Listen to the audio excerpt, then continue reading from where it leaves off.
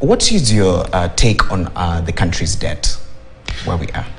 Well, again, it's because we're wearing the wrong lens, right? We feel that we need to get somebody else's money, convert it to our money, and then use it. So government will go and borrow, and largely half of that money will be used to pay out in Kenya shillings.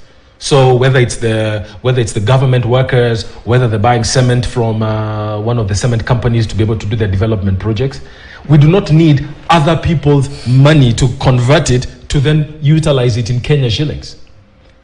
You see what I'm trying to say? So again, it's a lens we're wearing that's wrong. Now, for projects that are denominated in foreign currency, that's where the problem comes in.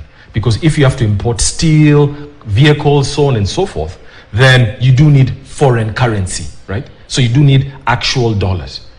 But right now, our debt, about 50% of it is Kenyan debt, is debt from the government, either borrowing from the commercial banks, the bond market.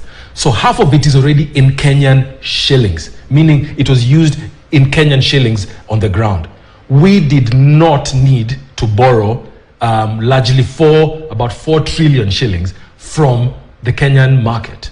The Kenyan government could have gone back to itself and said, if 4 trillion is what is needed, if that's non-inflationary, could we have simply created the 4 trillion in Kenya shillings and utilized it to fund development expenditure?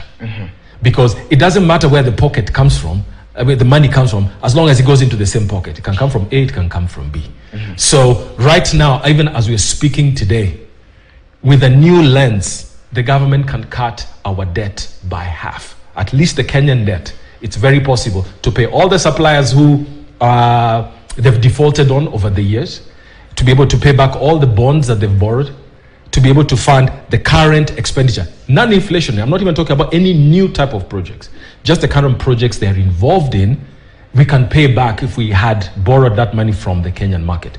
That means then our debt ceiling, or what we owe in terms of debt, goes up to get down to 4 trillion Kenya shillings. In one stroke, the government can do that today by applying the mindset of deficit funding, by applying the mindset that the money, the Kenyan shilling comes from the Kenya government. It doesn't come from the market.